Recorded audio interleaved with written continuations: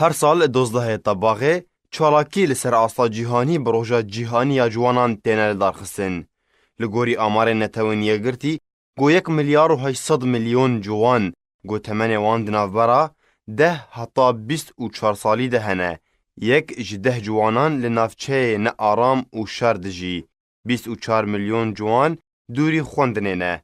Di hevdehê berçileya 1909 û li gorî biryara 120 ser 54 komeleya giştî ya netewîniyê girtî roja 12 tabaxê wekû roja cîhanî ya ciwanan ragihand û ji wê salê ve salane çalakî ji bo roja cîhanî ya ciwanan têne lidarxistin. Li Rojavayê Kurdistanê bi giştî nexwastin piştî sala 2011 û destpêkirina şoreşa Sûriyê rewşa ciwanên Rojavayê Kurdistanê beriv têkçûnê veçû.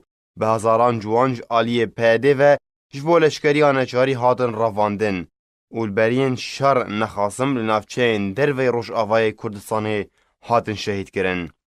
Bi hezaran ciwan jî berê xwedan welatên cîran û Ewropayê û bi dehan li ser sînoran û di deryayan de jiyana xwe ji dest dan. Nihal Rojavayê Kurdistanê rêjeya herî kêm rêjeya ciwanan e.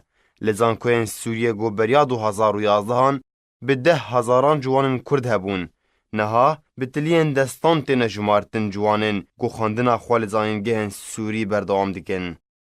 Hejmarek mezin ji ciwanên jêr 18 salî jî yên kiç û kur ji aliyê PYD ve ji bo leşkeriyê û qendîlê hatin revandin û veguhestin.